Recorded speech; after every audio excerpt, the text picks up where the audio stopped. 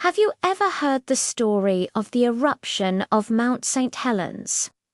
On May 18, 1980, this volcano in Washington state exploded with the force of 1,600 atomic bombs. It was one of the most catastrophic volcanic events in U.S. history. But amidst the chaos and destruction, there are incredible stories of survival, and one particularly moving story of sacrifice. This is the story of how one man stayed behind so that others could make it out alive. His name was David Johnston, a 30-year-old volcanologist with the U.S. Geological Survey. David was brilliant, passionate, and deeply dedicated to his work. He was one of the first scientists to recognize the unique dangers posed by Mount St. Helens. He understood that this wasn't going to be a simple vertical eruption. He predicted a lateral blast, an explosion that would shoot outwards, not just upwards. This was a groundbreaking and, at the time, controversial theory.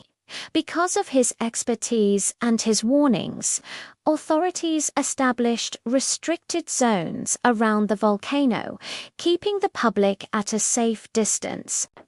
But to monitor the volcano, someone had to be close, really close.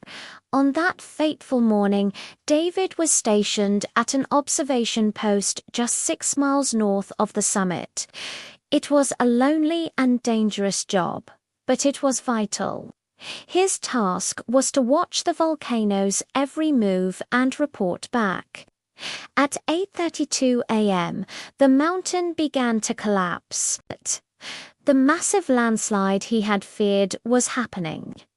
David grabbed his radio and transmitted his final, now famous words, "Vancouver, Vancouver, this is it."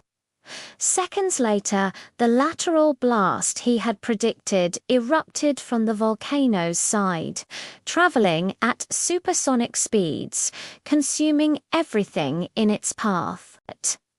The blast wave completely overran his position. David Johnston was gone instantly. He was the first victim of the eruption. But his story doesn't end there. Because of David's persistent warnings and his last-minute alert, countless lives were saved. His urgent message confirmed that the eruption had begun, giving everyone else a precious few moments to react. Helicopters were scrambled, and people in the surrounding areas were alerted. The restricted zones he helped establish kept thousands of tourists and residents out of the direct blast zone. Think about that for a second. David knew the risks better than anyone.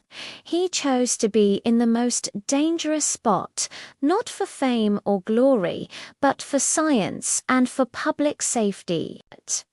He could have requested to be stationed further away, but he knew the best data came from the front lines.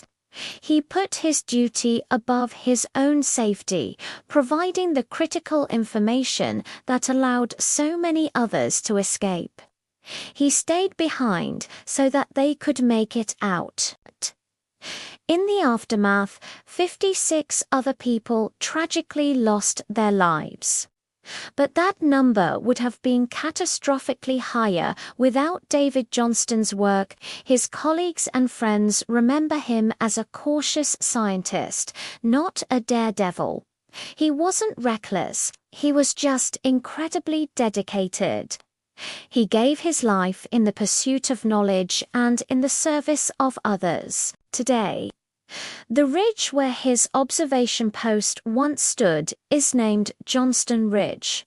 The Johnston Ridge Observatory stands there as a monument, not just to the power of the volcano, but to the courage and sacrifice of the man who understood it best. His legacy is a powerful reminder that sometimes the greatest acts of heroism aren't loud or flashy.